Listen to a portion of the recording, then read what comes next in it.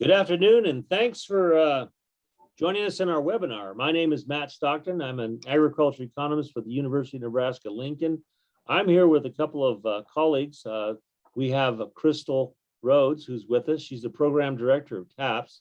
And we have Tessa Burford, who is our technical advisor, so to speak. She does a lot of the writing and corrections and does some things. And she's also a field that goes out and works once in a while in the field. Glad to be with you today. Today is part of the Center of Ag Profitability's weekly presentations that they do on Thursdays at lunch. So we're glad that you're spending your lunch hour with us, and we hope to provide some really good information. Today, actually, as a matter of fact, we're going to talk about the crowdsourcing program of TAPS. We have a crowdsourcing thing that we've developed that we are really excited about. We want to share with you, and we want to talk about some of the things that are happening in TAPS and do that. So with that, I think we'll start with our first slide. Okay. If you notice from the previous slide that there was a lot of people that are involved in TAPS that are not necessarily farmers. There's a lot of organizations that support TAPS, and we want to give those people thanks, and we appreciate that, because without them, the industry people, it wouldn't be the program it is. The executive team consists of myself, and then Darren Rudnick, who is in Lincoln. He's an irrigation specialist in extension, and he does teach here on campus. Then there's Chuck Burr, who works here at the West Central Research Extension Center, where I work, and he's a cropping water educator specialist. There's Crystal, as I talked. She's our program manager, or she just about does everything. So we appreciate what she does.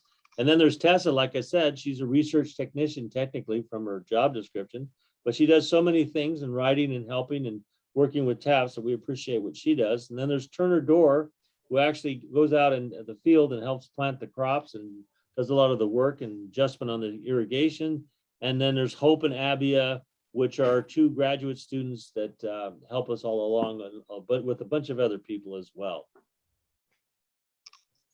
Okay. So, sorry.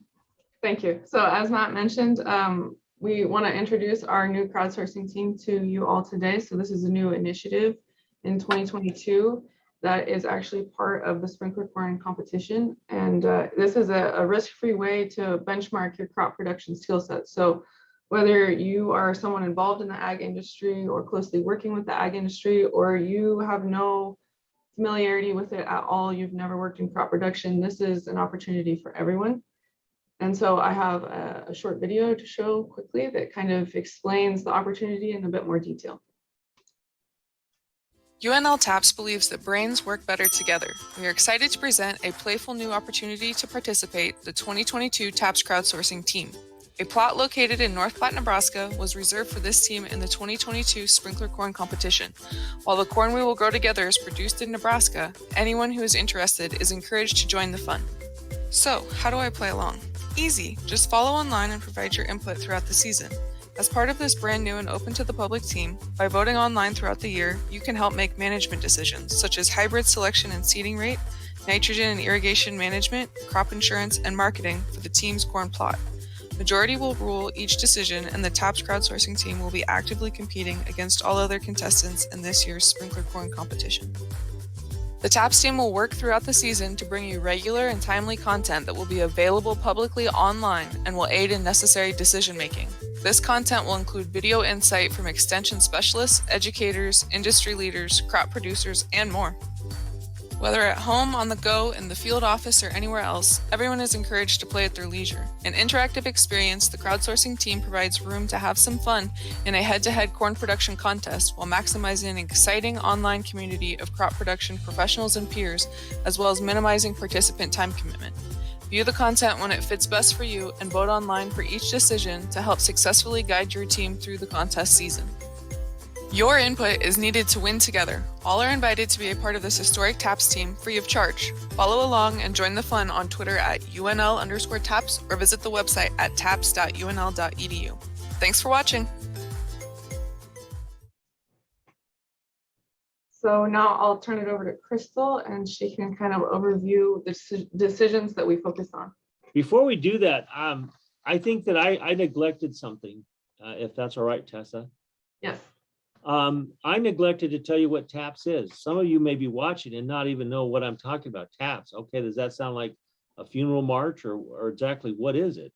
And so TAPS stands for Testing Agriculture Production Solutions, or Performance Solutions, sorry. And what it's about is it's an actual, it's like a virtual contest, but we do it out in the field and you communicate with computers. So in other words, every team, there are teams that compete against each other in growing corn, selling corn, and producing like they would on a regular farm. So it's real corn that's grown in the field based on the decisions that the producers make. And then they have a certain quantity of corn to sell through the season. And we amplify that to 3,000 acres so that there's 3,000 acres of whatever they grew at the cost, whatever it cost them to grow it based on their decisions they made, such as fertilizer, water, and all these things that we're talking about. So it's actually like really farming, only you do it virtually over the phone. And that's what the team would do, is make these decisions. And that's what we're talking about. We're talking about being part of that team. So I neglected to explain that, and I'm sorry. Yes, and the crowdsourcing team is competing in the sprinkler corn competition, and the corn competitions are original to the TAPS programming, but we have other crop contests, not just corn as well. All right, Crystal, take it away. Okay, so our sprinkler corn competition includes 6 management decisions that all of the competitors make. These are the input decisions. So they choose their crop insurance, their hybrid selection, their seeding rate, and then they choose the both quantity and timing of their nitrogen applications throughout the season. They also choose the quantity and timing of their irrigation, and then they also market their grain throughout the season. So just like TAPS traditional programming, the crowdsourcing participants make these decisions by the set deadlines. So like irrigation and nitrogen are throughout the growing season. Irrigation usually starts around June 15th and ends about September 15th, all depending on the weather, of course. And then marketing is open April 1st through November 30th for our participants. And the other thing that I'll add to Tessa and Matt's comments is our teams are all competing for the highest yield, the highest input use efficiency based on their nitrogen and irrigation water usage, and then also most profitable. So those are the 3 award categories that we focus on with TAPS. And then we give out those awards at the end of the season. So. Crystal, can I ask a question about TAPS? Oh, go ahead. So let's say I decide to be a member of this team, a crowdsourcing team, and is there any way to get like input about what's going on the farm or what's happening, or is that something we're going to talk about in a few minutes? I think we'll probably cover that in the next few slides, but we'll come back to your question if we don't answer that question. Absolutely, because I got thinking about that and I go, so how do I know how tall my corn is and what does it look like? And, did it come out of the ground and how much, what is it, all those kinds of questions. And I was just wondering about that. Yeah, so we have a lot of teams. We have teams from Colorado, Kansas, and all over in the state of Nebraska. Quite a few of our teams never step foot in the field. They never see their corn with their own eyes. So we try to communicate that throughout the season. We take plot pictures. We have a handful of technologies that provide like aerial imagery and items such as that. So we try to help you grow the corn as best as we can without you being right here at the field. So. Thank you, Crystal. Mm-hmm. Okay, so the crowdsourcing team has kicked off the end of March. So we started making a few of those decisions, those early decisions, pre-plant decisions. And we are offering videos and other content that is directly related to those decisions. So we invite you to follow along either on our TAPS website or through our Twitter page to catch those videos. And we're hoping to down the line have some like Q&A sessions, such as like this webinar and things like that. So we definitely invite you to join us for that content that's coming through on those two.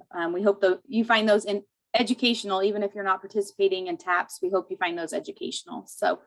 So the first decision that we made was hybrid selection.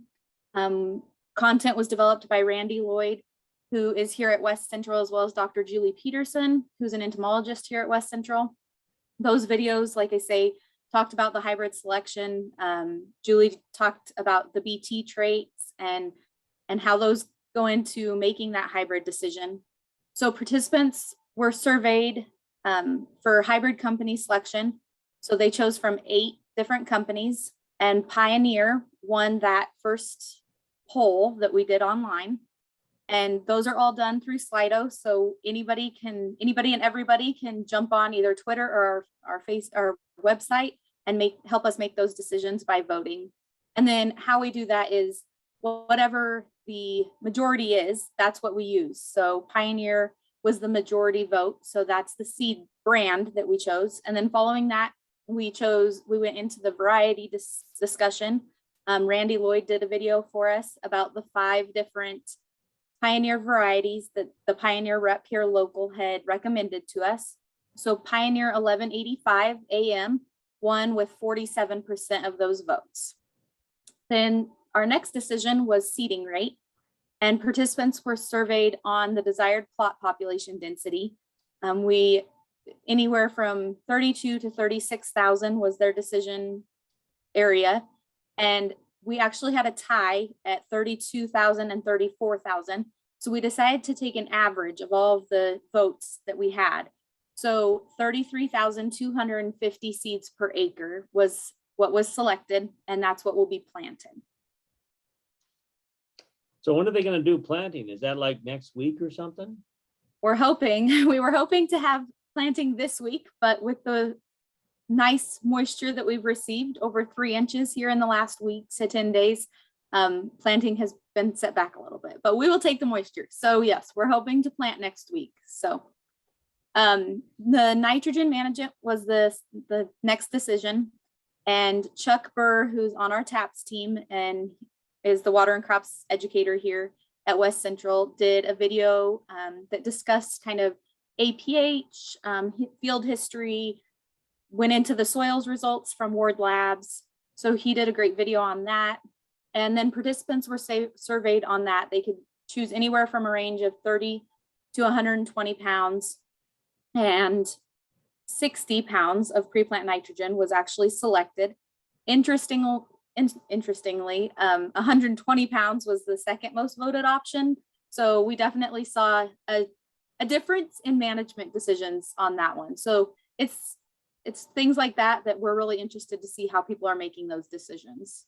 So the Ward Lab information, when the contest, was that something that the users or the team could have accessed to look at, or was that sent out with the Twitter?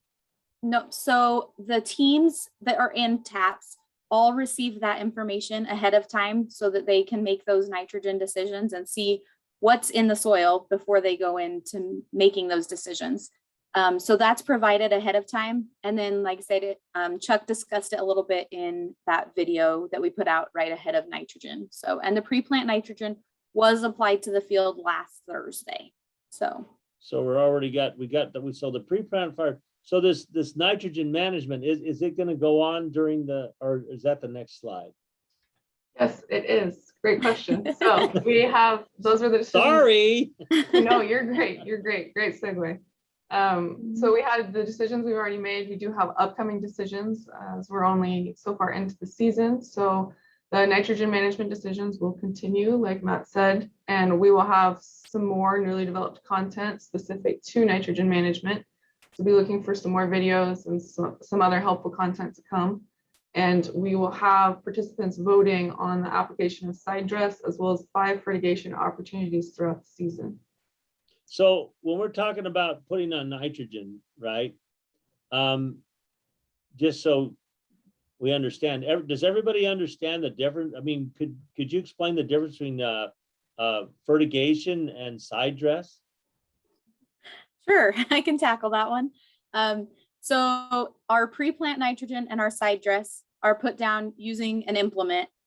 So both of those are put down using an implement. Then the fertigation opportunities throughout the season, those are based upon the growth stages, and those are put on through our pivot. So those are put on with irrigation water through our pivot. So that's what a fertigation is compared to Sidedress. The one that you're saying on basically the mechanical ways that we actually get near the plant, we put a certain amount of fertilizer on, and that's limited to so many pounds per acre, depending on which one you're doing, and that you would know what that was. And so the decision, you would be able to make that decision, say, okay, I want to put this on. So by doing this, what that helps us do what? It helps us to put fertilizer on, maybe like as it's kind of like some people call it spoon feeding. Mhm. And or some people put on a lot of pre-plant, like our pre-plant was what, 60? Is that more of a spoon feed, or is that more of a put it all on at once philosophy? What do you think? I think 60 would be probably on the average side for pre-plant, and this year's probably different just because of the costs of nitrogen as well. So people are really watching their nitrogen this year and how they're doing that. So we have 33 teams that compete in sprinkler corn this year, and I can tell you that the decisions have been all over the board. So it's always interesting to see, and that's what plays into our efficiency award. So, okay, and I might mention before we go on, what's really pretty cool about this is, okay, so we got 33 teams, 33 different management philosophies, 33 different ways of doing things. And we're keeping track of this at the university, right, Tessa? Yep. You work with some of the marketing, which we're going to talk about in a minute. So we keep track of all this stuff. And what happens at the end of the year, we report the results. And so you can see how the management and how you do compared to somebody else. So this crowdsourcing team is going to be an average of what people think, and it's going to be compared to all these other teams, right? Yes. So the consensus of the crowdsourcing team is going head to head with all those other teams in the 33 competing in sprinkler corn. And so like you said, Matt, the different management practices are they're going to be competing actively against each other, including the crowdsourcing team, which is so unique because it's so many people coming together to make those decisions. Man, I'm excited. I want to be on the crowdsourcing team already. It's a great opportunity. That's pretty cool. Another upcoming decision that the crowdsourcing team will be making together is irrigation management. So once again, we'll be developing specific content to cover irrigation tools and practices. And the crowdsourcing team has a unique opportunity as far as irrigation management because 6 different companies will have irrigation scheduling tools installed in the crowdsourcing team plots. Can I stop you there, Tessa? Do you know what kind of tools they are? Crystal knows more than I do about that. Yeah, so we have 6 different companies offering their irrigation management tools. I'll try to name them all off here without looking. So we have Phytech, AquaSpy, Soil Tech, Syntech, CropX, and I'm forgetting one. May have to cheat here. So what do these tools do?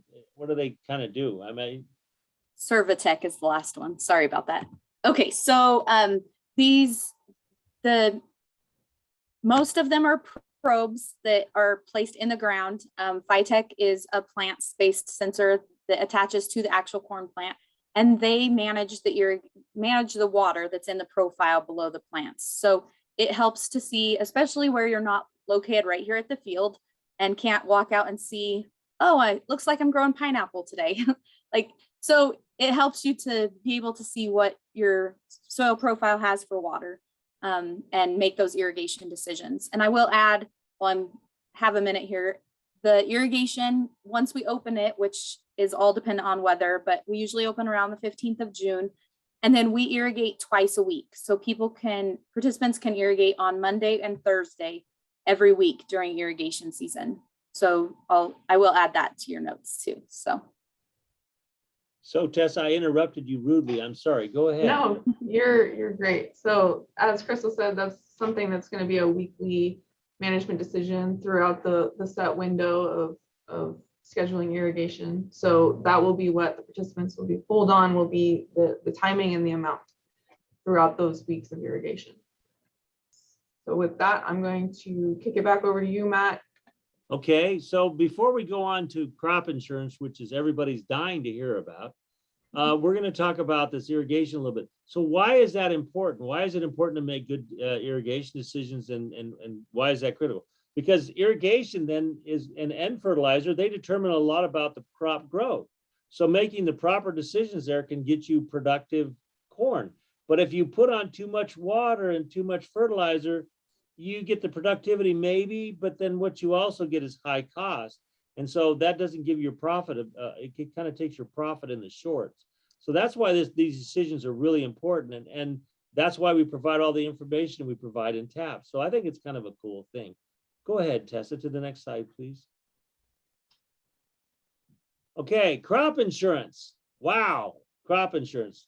Well, why do I want to make a crop insurance? Well, this is multi-peril crop insurance. It's also called MPCI, which stands for multi-peril crop insurance, that acronym. And basically what it means is that you are covered in a revenue way. We offer 3 types of insurance. We have yield protection, which means you can pay and get insured through and get yield protected to a certain level. You can have revenue protection with a harvest price exclusion, or revenue protection without it. And they have different things you can do. And we're going to have some videos and some explanation, or you can go to the internet and go to your insurance agent if you're a farmer, or if you already know about them, you don't really need to know too much. The thing is, crop insurance is usually sold in 2 very common units. Now there's actually more than 2, but basically commonly it's either sold as an optional or enterprise unit. An enterprise would be something like you have corn in various fields, but they're all around the same place.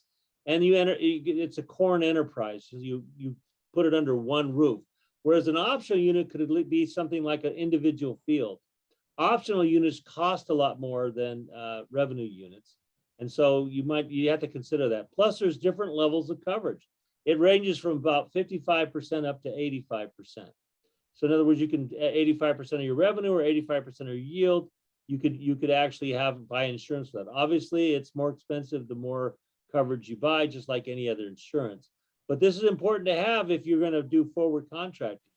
And the reason we do forward contracting is that a lot of times the market is much higher in the spring and the early summer than it is in late summer and around time of harvest.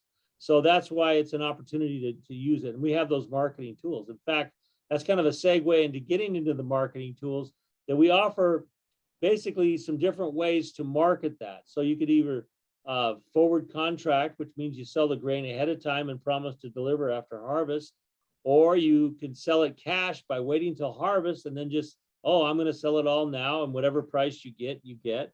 So you don't have any price assurance. And then you can also use some other tools, such as using the futures market and hedging, which would be used in a situation where you expect more prices to go down from the time that you put your hedge on. And then you have some other tools like hedge to arrive. And then also the final 2 is a basis contract. And those are the ways you can market your grain. Now, if you don't understand what those words mean, that's okay, because they're not that complicated. We're going to send some videos out. We're going to explain it.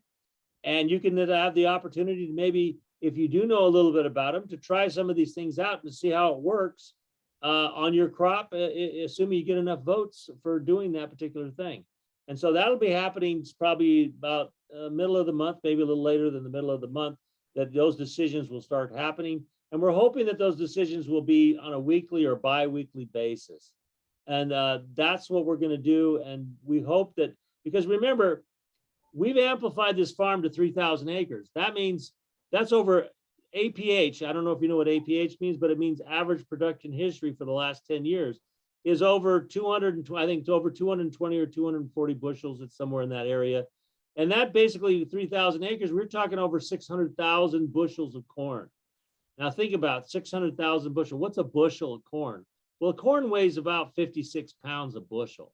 Well, at 56 pounds, that's a lot of corn. I mean, 56,000 times 600,000. I mean, that's a lot of corn. Okay. So you got to market this and get it done and try to do it most profitably. That's part of being part of the team. And so we're going to have to offer this every week. You're going to have an opportunity to market some of it. So it's this how much you want to market and how much you're going to market it, and then also which method are you going to use. I mean, is it a good time to use a basis contract? Is it a good time to get into a hedge to arrive? It depends on the market conditions and what's going on. And also, or is it, should I hedge the crop or should I not hedge the crop? I mean, these all are based on what you think that is going to happen in the market. So it gives you an opportunity to think about that, make those decisions, and then help the team by giving us your input when you do your voting. So that's the marketing part of it. I will add to the crop insurance comment or discussion. We understand that crop insurance is usually decided earlier in the year, usually in March. So Yeah. since this is a simulation, we don't have to have the crop insurance done. And we decided that we would postpone the crop insurance decision and get some of those pre-plant decisions made, and then go into the crop insurance when it's valid and make the point with marketing. So that's why the crop insurance is so much later versus if you're an actual producer and you've made that decision long ago. So. Absolutely.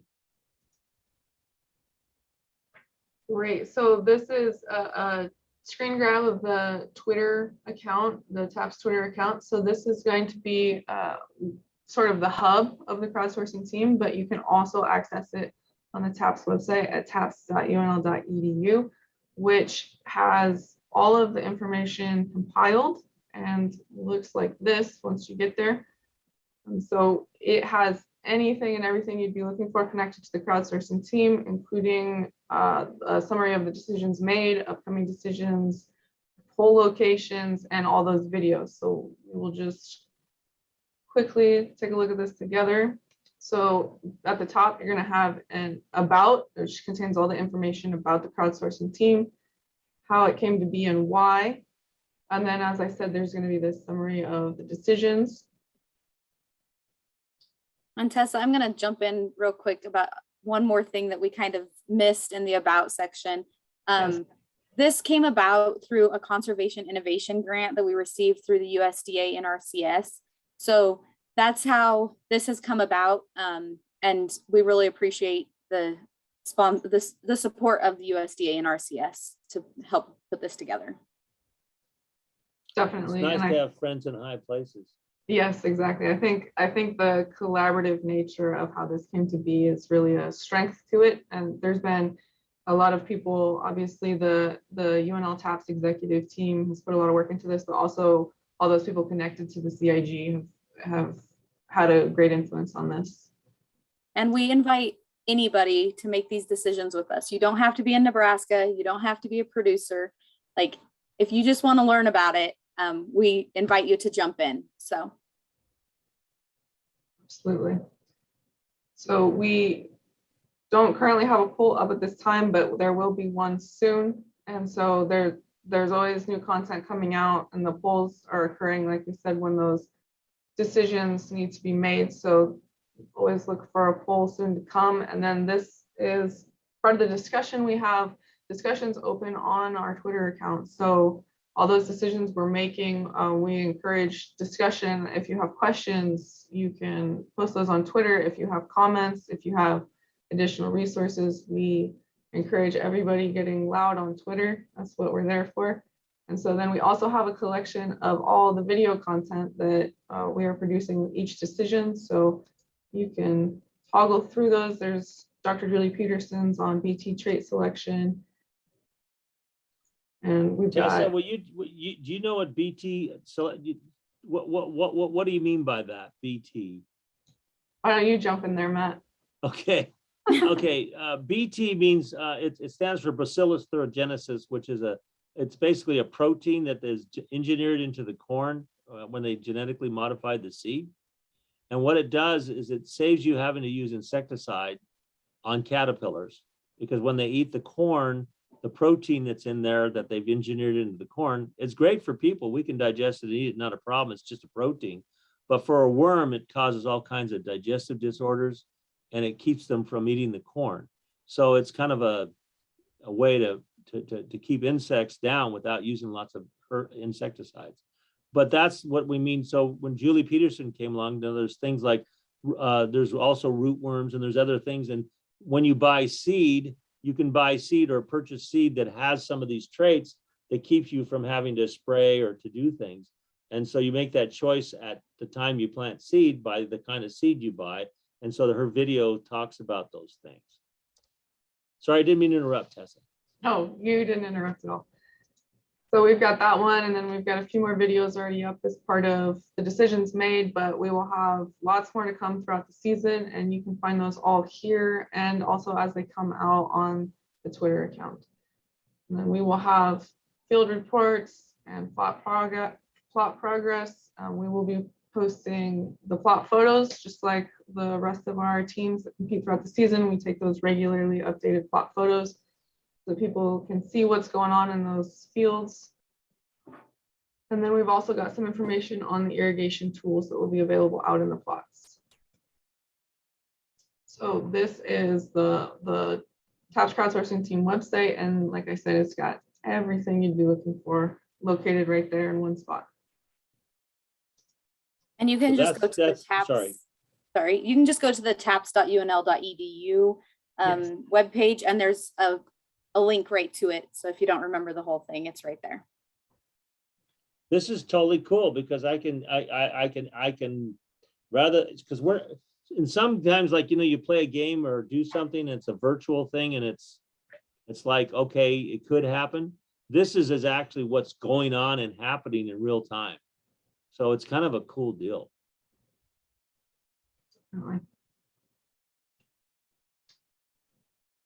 Okay, so Are there any questions, comments, or thoughts? Crystal, did we have any questions yet? There are no questions in the chat box. We invite you, if you have questions, to put them in the chat box. And we also will take any questions, as Tessa said, as the season goes on our Twitter, and any way you can get a hold of us. So Absolutely. we're pretty easy to find. So any method, we'll take any questions. Okay, so before we close here, I would like to ask my esteemed colleagues if they have anything, last words they would like to say. Crystal, do you have anything you'd like to add? I just invite people to join us. You know, it's an opportunity to kind of try out the TAPS program without actually having your own team, and a way to follow an insight way of following along with the TAPS program throughout the season. So I just invite you to join us and help us make some of these decisions as we go through the year. Cool. Tessa? I would just reiterate that, and I think it's a great opportunity to just voice your opinion, even if you're not a producer, if you have no familiarity with it. I think it's a great way to just sort of benchmark skill and get involved. And like Crystal said, there's a lot of great insight. So even if you don't want to manage a plot on your own, like Crystal said, this is a team, so you have lots of other people to help you make those decisions, and it's a team effort. And then there's also lots of great content, so it's a million ways to learn, even if that's just getting your hands on the project itself. I can't say enough, number one, about the help that Tessa and Crystal add to this program and the amount of work these people do to help make this program work. But I also would like to say that this program is open to anybody. Like if you're even just a consumer of, you know, or you don't understand farming a lot, this is an opportunity to start doing some investigation. You know, how does this really work? You know, we water crops, we do this, we do that, all these things, and help you understand how food is produced.